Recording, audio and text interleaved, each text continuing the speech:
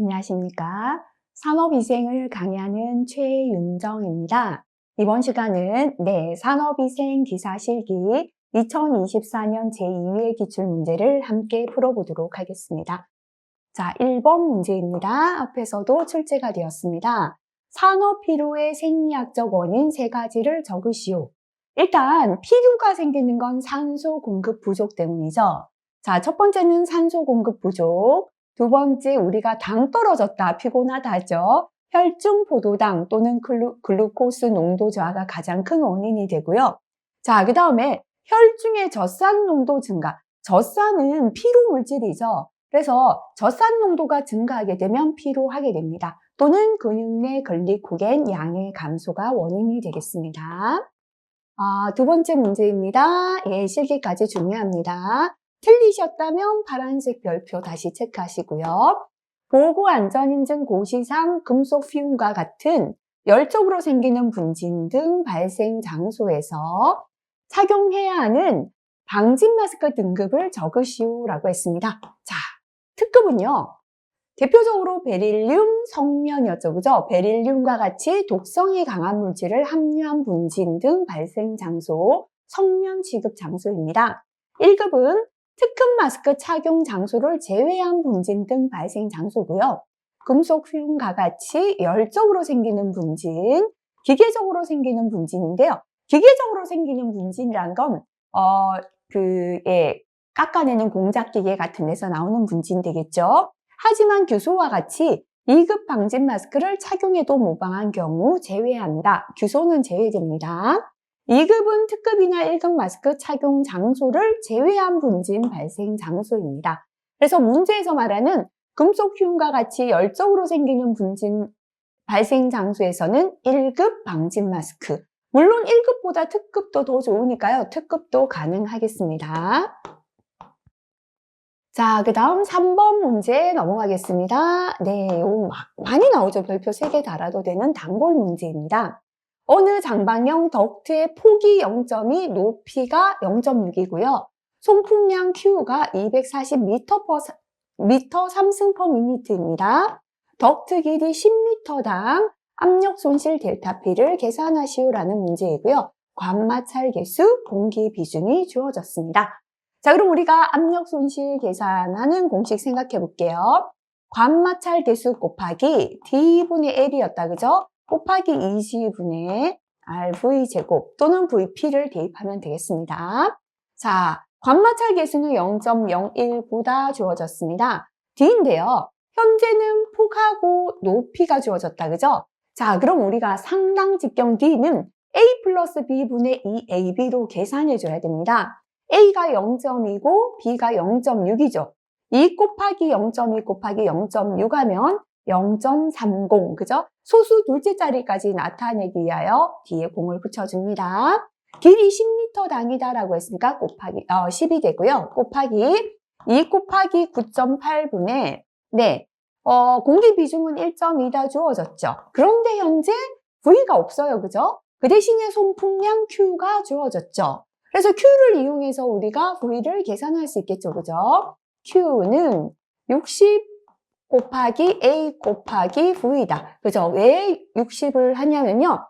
미터의 3승/미니트인데 우리가 속도에 다니는 미터/세크로 계산해야 되니까요. 그러면 V는 60 곱하기 A분의 Q가 되겠습니다.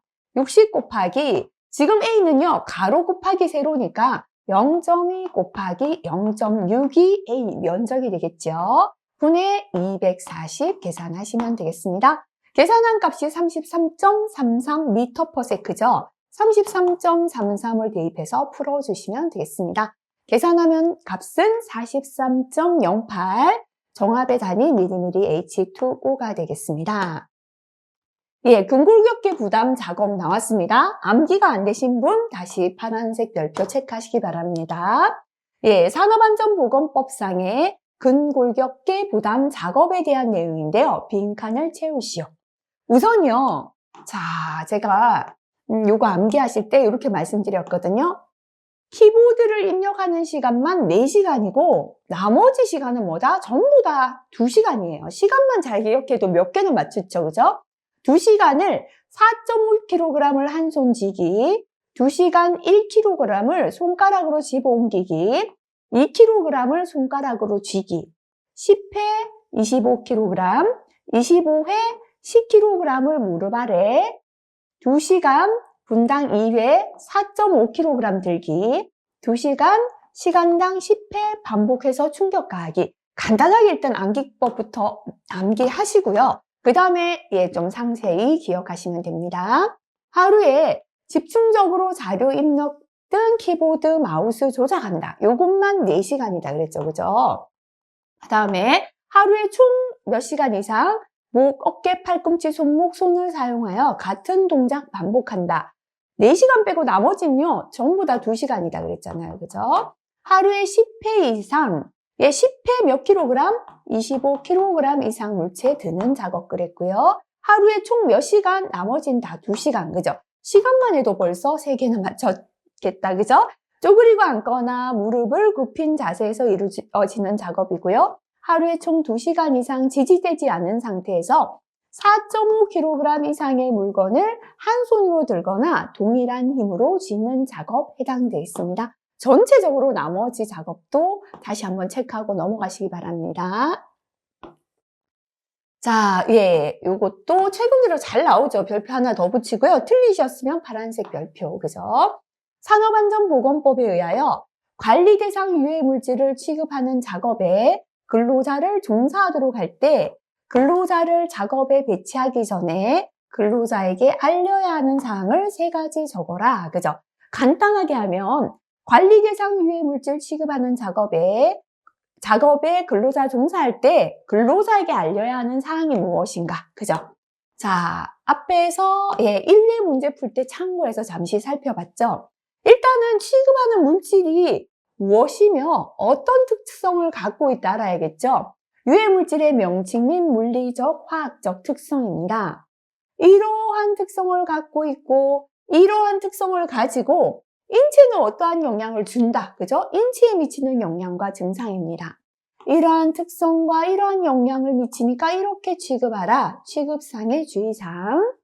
이런 보호구를 착용하라. 착용할 보호구와 착용 방법. 이렇게 취급할 때 주의하고 보호했지만 사고 났을 땐 이렇게 처치하라. 응급처치 요령. 이렇게 하시면 쉽겠죠. 자, 밑에 참고 봅니다. 관리 대상 유해 물질뿐만 아니라 허가 대상 유해 물질을 제조나 사용할 때도 각호 사항을 근로자에게 알려야 한다. 그죠? 뭐만 빠지냐면요. 명칭만 빠져요. 아까는 명칭 및 물리화학적 특성이었죠. 취급하는 물질의 물리화학적 특성, 인체에 미치는 영향과 증상, 이러한 특성과 이런 영향을 미치니까 이렇게 취급하라. 취급상 주의사항, 이러한 보호구를 착용하라. 착용해야 할 보호구와 착용 방법, 이렇게 주의하고 보호구 착용했지만 사고 났을 때 대처하는 방법이죠. 위급 상황 시 대처 방법과 응급조치 요령이죠.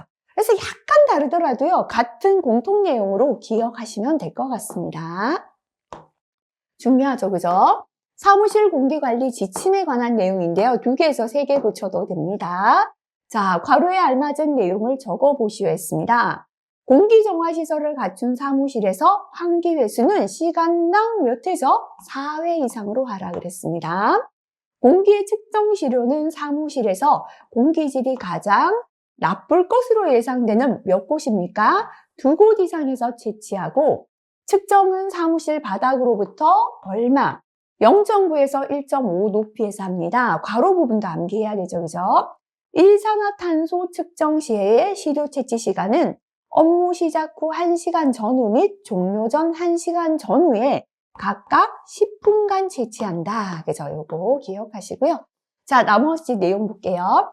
사무실 면적이 500m 제곱을 초과할 때는 얼마당? 500제곱미터당 한 곳씩 추가해서 합니다. 그죠? 아까 공기질이 가장 나쁠 것으로 예상되는 2곳 이상에서 채취하고요. 면적이 500m 제곱을 초과할 때는 500m 제곱당 한 곳 이상을 추가해서 측정합니다. 결과 평가죠. 사무실 공기질 측정 결과는 측정치 전체에 대한 평균값을 오염물질별 관리 기준과 비교하여 평가합니다. 다만 이산화탄소 농도는 측정 치중의 평균이 아니라 최고값을 기준으로 비교 평가한다. 이것도 함께 기억하시기 바랍니다. 법규 내용입니다. 틀리신 분은 파란색 별표, 그죠? 법규가 그렇게 많이 출제가 되진 않았기 때문에요. 자, 산업안전보건법에 의하여 산업재해 발생 시에 사업 중 재해 발생한 내용을 기록하고 보존하게 되어 있습니다. 기록 보존해야 하는 사항을 3가지 적으시오. 그죠? 자, 어느 사업장에 누가, 사업장의 개요 및 인적 사항입니다. 언제, 어디서, 그죠? 어느 사업장, 누가, 연필로 적어두세요. 이거는요. 언제, 어디서, 그죠? 재해 발생 일시 및 장소고요. 어떻게, 재해 발생 원인 및 과정이죠. 그죠? 재발 방지했다. 이렇게 외우세요. 외울 때는요. 예. 그래서 재발 방지 계획까지 포함합니다. 그죠? 그래서 재해 발생 시에 사업주가 사업장에 기록 보존할 내용은 어느 사업장에 누가, 사업장의 개요 및 근로자 인정사항, 언제 어디서, 재해 발생 일시 및 장소, 어떻게, 재해 발생 원인 및 과정, 재발 방지했다, 재발 방지 계획이 되겠습니다. 자, 그 다음에, 요거는 파란색 별표. 그다지 중요한 내용은 아니지만, 다시 기출에 나왔죠. 그런데 한 번 더 체크하시기 바랍니다. 공기 중 휘발성 유기 화합물의 처리 방법 2가지를 적고 특징을 2가지씩 적어보라 했습니다. 휘발성 유기 화합물을 처리하는 방법은요. 첫 번째 불꽃 연소법이 있고 2번째 촉매 연소법이 있습니다. 불꽃 연소법은 가연성 가스를 직접 불꽃 중에서 연소시키는 방법이 되겠습니다. 특징은 온도가 높아서 연료 비용이 많이 소모된다. 또는 유기화합물의 농도가 높을 때 적용한다. 적으셔도 되겠습니다. 촉매 연소법은 가스 중의 가연성 성분을 촉매를 사용하여 저온에서 산화 제거하는 방법이 되겠습니다. 불꽃 연소법에 비해서는요, 이거는 직접 불꽃층에서 연소하는데 촉매 사용해서 저온에서 산화 연소하니까 불꽃 연소법에 비해 낮은 온도에서도 가능하며 체류 시간이 짧아도 가능합니다. 왜냐하면 촉매라는 건 반응을 잘 되게끔 도와주는 물체이기 때문에요. 농도가 낮을 경우에 적용할 수 있고요. 분자량이 큰 탄화수소류 가스 제거에 적합하다. 이 중에서 적으시면 되겠습니다. 자, 그 다음 넘어가겠습니다. 자주 나오죠, 그죠?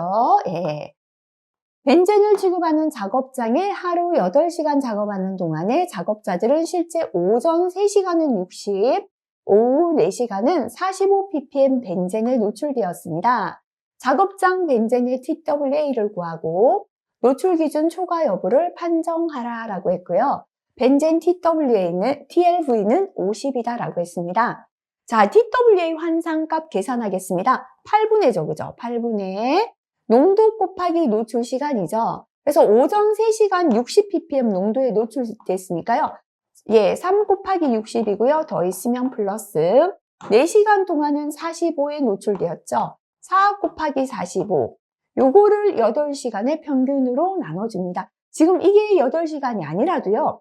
TWA 자체가 시간 가중 8시간 기준으로 한 평균 농도니까 8로 나눠주면 됩니다. 계산하면 45ppm이 나오겠습니다. 자, 그러면 노출 지수를 계산합니다. 노출 지수는 TLV분의 TWA 농도 해주시면 됩니다.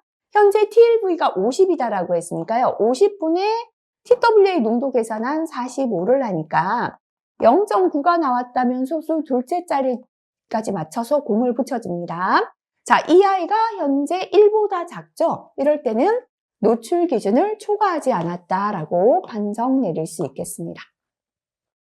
중요하죠, 그죠? 먼지의 가상 직격 중 공기 역학적 직격, 별표 2개에서 3개 붙여도 되겠습니다. 를 설명하시오라고 했습니다. 자, 우리가 암기할 때요, 가상 공기는, 가상 직경은 공기 역학적 직경이다, 그죠? 밀도 1이며 구형이며, 질량 중위는 질량 중위 직경이다, 그죠? 50% 입자 농도다, 이렇게 암기했는데요.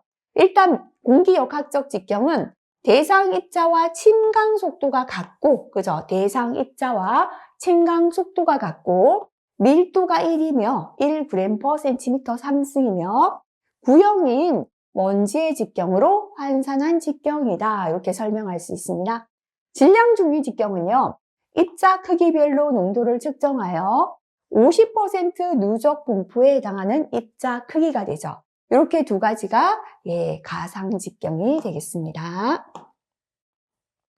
네, 이것도 뭐 별표 2개에서 3개까지 붙여도 되는 단골 문제입니다.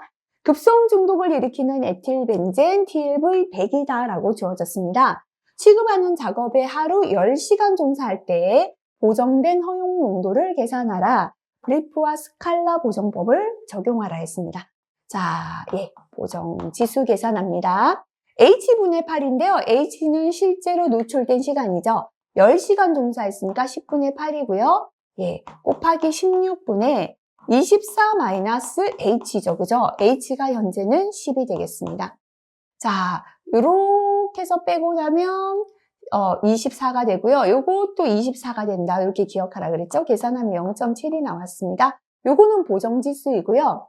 현재는 농도가 100이죠. 그러면 보정된 노출 기준은 100 곱하기 보정지수 0.7을 해주시면 되겠죠. 70 ppm이 답이 되겠습니다. 자, 12번 넘어가겠습니다. 네, 틀리신 분들 별표, 파란색 별표 하시고, 네, 다시 한번 시험 전에 체크하시면 좋겠습니다. 작업장 공기 중 남농도 측정에 사용되는 시료 채취 여과지를 하나 적어라. 그죠? 요건 출제되었죠. MC 막 여과지가 됩니다. 그런데 해당 여과지를 금속균 채취에 사용할 수 있는 이유를 2가지 적어라. 그죠? 요거는 파란색 별표 다시 한번 봐주세요. 자, 일단 이 MC 막 여과지를 금속의 흉 채취에 사용할 수 있는 이유는 첫 번째, 산에 쉽게 용해되고, 입자상 물질 중에서 산에 쉽게 용해되고 금속을 채취하여 원자흑강 광도법으로 분석하는 데 적당하다. 이렇게 적으시면 되고요. 유해물질이 여과지 표면에 침착되어서 현미경 분석을 위한 시료 채취에 유리하다. 이렇게 2가지 특징 적어주시면 되겠습니다. 자, 그래서 첫 번째는 산에 쉽게 용해되어 금속을 채취하여 원자흑강 광도법으로 분석하는 데 적당하다. 2번째는 유해물질이 여과지 표면에 침착되어 현미경 분석을 위한 시료 채취에 유리하다. 네, 13번 문제 넘어갈게요. 단골로 잘 출제됩니다. 유입 손실 계수, 요거는 압력 손실 계수하고 동일한 거죠, 그죠? 네, 압력 손실 계수가 0.65다 주어졌습니다. 네, 압력 손실 계수, 유입 손실 계수 FH가 주어졌고요. 원형 후드 직경 D가 20cm다 주어졌고, 송풍량 Q가 40m의 삼승 per minute일 때 계산하라는 건 후드의 정압 SPH를 계산하라 라는 문제 되겠습니다. 자, 이런 공식부터 생각합니다. 후드의 정압 SPH는요, 뭐였습니까? VP 속도압 곱하기 1 플러스 FH다. 그죠? 주어진 조건 이용해서 이렇게 풀면 되겠습니다. 근데 지금 VP는 문제에서 주어지지 않아서 우리가 VP 계산해야 되고요. 1 플러스 압력 손실 계수나 유입 손실 계수 동일하죠? 0.65다 주어졌습니다. 그러면 우리가 주어진 조건에서 속도압 VP를 계산해야 되는데요. 일단 Q가 주어졌으니까 Q는 단위가 미터 삼승 per minute고 V의 단위는 우리가 미터 per sec잖아요. 그래서 60 곱해야죠. 그죠? A, V입니다. V는 이라고 고치면 60 곱하기 A분의 Q가 되겠죠. 그죠? 자, 그래서 주어진 송풍량을 통해서 유속을 한번 계산하겠습니다. 60 곱하기 A는요. 4분의 파이 곱하기 현재 직경이 20cm다라고 주어졌죠. 그죠? 20cm다라고 했으니까 미터로 고치면 0.2 미터가 되겠죠. 파이 D의 제곱이니까요. 분의 Q는 현재 40m 삼승 per minute입니다. 계산하면 값이 21.22 미터 per sec가 나왔습니다. 자, 유속을 구했으니까요. 우리가 VP 속도압을 계산하면 되겠죠. VP는 해야 되는데요. 요거 수정합니다. 죄송합니다. VP는 이렇게 바꾸겠습니다. 2G분의 RV 제곱이죠. 2 곱하기 9.8분의 1.2 곱하기 속도 21.22의 제곱 계산하시면 되겠습니다. 계산하면 27.57이 나옵니다. 그래서 아까 우리가 VP를 몰랐는데요. 자, 이 자리에 이제 계산한 속도압 27.57이죠. 그죠? 27.57 넣어서 계산해 주시면 되겠습니다. 45.49mm H2O인데요. 이렇게 적어도 틀리진 않습니다. 근데 우리가 후드의 정압은 후드나 덕트를 수축시키는 음압으로 작용합니다. 그래서 부호를 붙여 나타냅니다. 그래서 이렇게도 적으시고요. 마이너스 45.49mm H2O 괄호해서 이렇게 같이 적어주시는 것도 괜찮겠습니다. 자, 그 다음에 넘어갔는데요. 요것도 별표 3개. 사실은 법규 내용 중에 교육은 굉장히 중요한데요. 우리 산업위생에서는 법규가 덜 나왔기 때문에 파란색 별표하고 다시 한번 기억하겠습니다. 네, 산업안전보건법에 의하여 해당 직무를 수행하는 데 필요한 안전보건에 관한 신규나 보수 교육을 받아야 하는 직무교육 대상자를 보기에서 고르라. 자, 우리가 참고부터 보겠습니다. 네, 직무교육이죠. 그죠? 안전보건관리 책임자 등에 대한 직무교육 외웠죠? 제가 안전보건관리 책임자, 부장님은 66 이렇게 외웠잖아요. 그 다음에 안전관리자나 안전관리 전문기관 종사자, 대행기관 직원은 34, 24. 보건관리자나 보건관리 전문기관 종사자, 건설에서 재예방 전문 지도기관 종사자, 성면조사기관 종사자, 안전보건관리 담당자까지 34, 24다 그랬는데 담당자 빼고 그죠? 성면조사기관 종사자까지 34, 24인데요. 안전보건관리 담당자는 신규 없고 8시간이다. 담당자는 8 그랬고요. 안전검사기관, 자율검사기관 종사자 34, 24였습니다. 그죠? 자, 그러면 대상을 골라라. 사업주 아니죠? 안전관리자, 보건관리자, 안전보건관리 담당자 해당되겠습니다. 자, 그 다음에 개인보호구 선정 시 역시나 나왔지만 자주는 아니기 때문에요. 틀리셨으면 다시 체크하시기 바랍니다. 네. 보호구 선정 시의 조건 또는 보호구의 구비 조건을 3가지 적어라 그랬습니다. 보호구는요, 첫 번째 목적에 맞아야 됩니다. 그죠? 사용 목적에 적합할 것. 전기 작업하는데 절연용 보호구가 아니라면 착용할 필요가 없겠죠. 그리고 착용이 간편해야 합니다. 아무리 보호구지만 작업에 방해되면 사용할 수 없죠. 작업에 방해되지 않아야 되고요. 질이 나쁘면 쓸 필요 없죠. 품질이 우수할 것. 요 중에 적으시면 되겠죠. 사용 목적에 적합할 것, 착용이 간편할 것, 작업에 방해되지 않을 것, 품질이 우수할 것, 또는 구조 끝 마무리가 양호할 것, 유해 위험에 대한 방어가 완전할 것 적으셔도 되겠습니다. 자, 이것도 단골 문제죠. 2개에서 3개 붙여도 되겠죠. 그죠? 작업장에 공기 850리터를 채취하여 부피가 공기 부피 850이고요. 여과지로 분진 농도를 측정했습니다. 필터 무게가 5mg, 시료 채취 전의 여과지 무게는 20mg이었고요. 채취 후는 22.5mg이었습니다. 작업장 공기 중 분진 농도를 계산하라 했는데요. 자, 그러면 농도 지금 mg/m 삼승을 계산하라 했으니까 문제에서 주어진 값을 mg m 삼승에 넣어 보겠습니다. 현재는요, 위에는 분진의 무게가 들어가야죠. 채취 후의 여과지는 22.5고 채취 전은 먼지가 없는 거죠. 20이다, 그죠? 그럼 먼지의 무게는요, 채취 후에 22.5에서 채취하기 전에 여과지 무게를 빼줘야 먼지 무게 되겠습니다. mg이 되고요. 부피는 850리터가 주어졌죠. 리터를 미터 삼승으로 고치려면 10에 마이너스 3승 해주면 되죠. 자, 필터 무게는 5mg이다. 이거는 무관하죠. 여과지에 먼지가 걸러지기 때문에 여과지 무게 계산하시면 됩니다. 계산하면 2.94mg/L에 3승이 되겠습니다. 자, 17번 넘어갑니다. 노출 인연을 계산하시오 라고 했습니다. 자, 우리가 노출 인연은요, 노출사의 수 곱하기 예, 12개월분의 조사 개월수 이렇게 계산하시면 되고요. 또는 노출자 수 곱하기 연간 근무 시간이 주어지면 곱하면 되겠습니다. 자, 지금 6개월 동안의 노출 농도 조사한 근로자 8명이다. 그죠? 8명 곱하기 12개월분의 6개월 하면 되고요. 자, 그 다음에 1년 동안의 노출 농도 조사한 근로자 20명이죠. 20 곱하기 12분의 1년이니까 12개월 하면 되고요. 3년 동안은 10명이죠. 10 곱하기 12분의 3년은 36개월이죠.